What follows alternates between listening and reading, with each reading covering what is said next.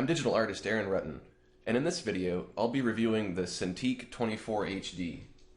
The CINTIQ 24HD is a really good drawing tablet with a built-in screen. This screen has really good color, very accurate color. It has an Adobe RGB 1998 color gamut, which basically means that it has a really wide range of colors, and your artwork's going to look really accurate on this. It's nice to be able to work on this big screen. You have all this space to move your arm around and really draw. You can rotate it around and flatten it if you want it to be flat. You can prop it up on your desk upright. You can really do just about anything you want to do with it. I've got it kind of integrated into my desk here with my TV so that I can use both. And it has a pressure sensitive pen with 2048 levels of pen pressure, which gives you nice thick and really thin lines really easily. There's an eraser. If you wanted to flip it over and erase, you can do that. There's pen tilt, so you can control the way that the brush works. You can draw with the side of the pen or with the front of the pen. It works with these different brushes in Corel Painter and other digital painting applications to give you some different effects. There's a whole bunch of shortcut buttons that you can set to do just about anything, and I've got this set up to where I can work without having to really use my keyboard. For instance, if I wanted to pull up my on-screen keyboard, I could type in some stuff here, turn it off, I can hide my palettes, I can pan the page around, I can zoom in and zoom out really easily. I've got some shortcuts for Control and Alt and Shift and all that stuff. If I want to really quickly just clear the canvas, I've got 3 really quick shortcuts for Select All, and then Clear, and then Select None, which I do a lot. So I'm also experimenting with putting some shortcuts on the screen here for some commonly used things so I don't have to go to the menu so much. But this is a really nice tablet. I thought that I wouldn't like it as much at first, since I've used tablets that don't have screens on them. I thought my hand might get in the way, but I can go between this and my screen here, and I can really do both. It's kind of nice. But my hand doesn't really get in my way. In fact, I find that it's actually much easier for me to draw quicker and more detailed because it's a more natural drawing experience. So I'm very impressed by that. The color, again, is a very good selling point for this because I've had a lot of hassles getting accurate color on either of my 2 monitors that I have, and this gives really accurate color. It's very nice to not have to worry about that. So this has really good specs, really good features. I'll just kind of doodle with it a little bit so you can see how it works in action. Let's just do a quick landscape painting in the style that I like to do, and I'll show you how we can do this pretty easily without having to really rely on a keyboard. So we get our sky color, make another layer here, and we'll call it Horizon. And we'll make it a nice horizon here. Fill it with our paint bucket. This is really nice for doing landscapes and just about any kind of drawing that you want.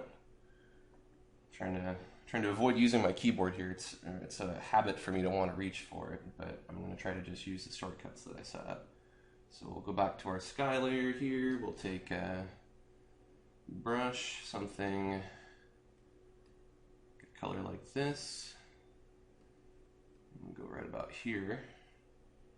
And then I've got a shortcut on my pen button. This button here, it resizes my brush. If I hold it down, I can go bigger or smaller, and that's really helpful. Make my tab, hit tab to make my palettes go away. Yeah, it's too big of a brush. Let's go a little bit smaller. Darken it at the top a little bit. Bring my palettes back. Darken it a little bit more.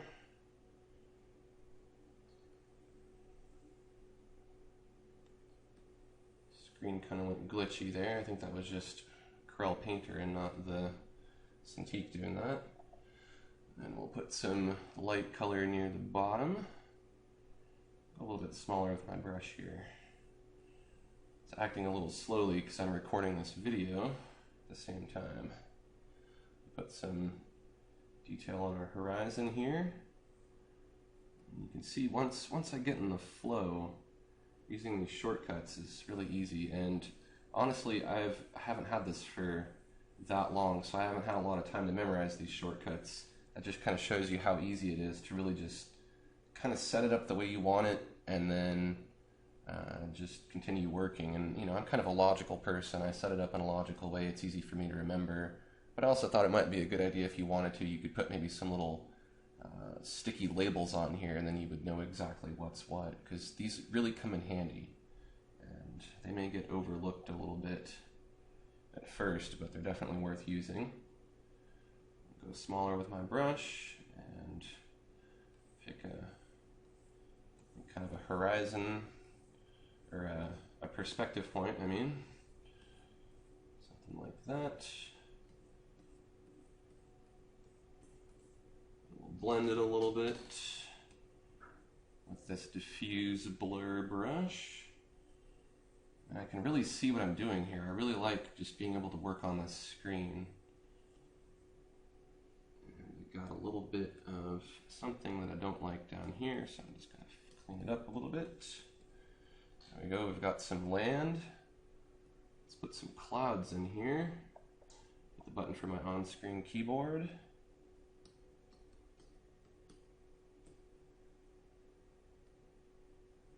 And we'll pick a nice warm color, something like this. And we will use this jitter airbrush. I'll go a little bit bigger, just put in, we'll just do one big cloud. I want this to be a review and not a landscape painting tutorial.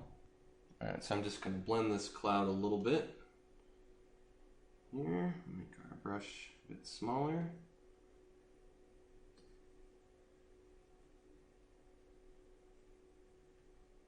There we go, gives it some character. Blend it with a slightly different brush. I'm going to just merge all of these layers. Blend this background so it's not, this horizon line, I mean, so that it's not so sharp. And, alright, very, very, very basic landscape, but it gives you an idea of what can be done. Let's take a look at a more technical kind of drawing. Take a very thin little pen here, and let's try drawing maybe some kind of more comic book art or cartoon art style thing. I don't exactly know what I'm doing here. I'll just draw some kind of weird character.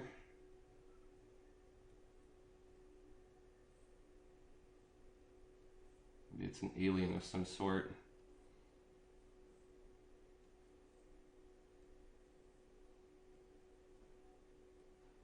You can see I can draw pretty quick and pretty accurately with this pen. Now I'm pretty good with just a regular tablet that doesn't have a screen. I can still draw pretty accurately with that too. But this just, something feels different about it, and I like it more. It's just, again, it's more natural. Having all this gesture space too, you can't really get just a regular tablet that's this big, so this is also a good advantage. If you really want to get serious at drawing and digital painting, you need something big. You can't be confined to this little area. And the same goes for your screen too.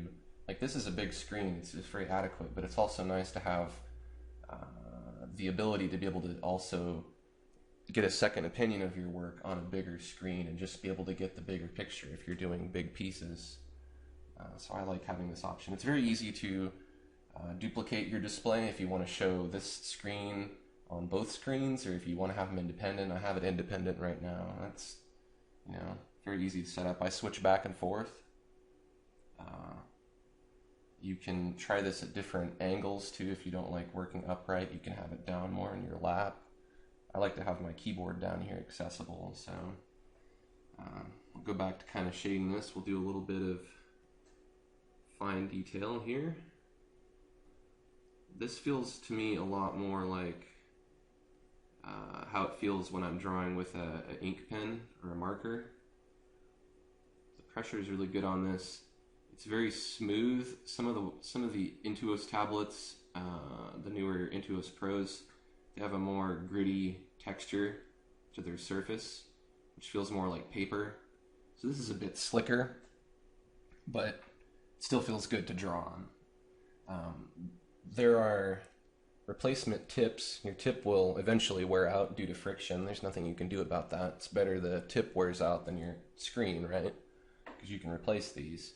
And in your pen stand here, if you unscrew it, voila, you have a whole bunch of these replacement tips. This should last you a long time. I mean, I draw a lot, like every day, and it takes me a long time to wear out these tips. So there's people out there who will claim that they wear out tips all the time. I don't know what they're doing wrong. Maybe they're pushing down like really hard like that and drawing, and that's probably not good.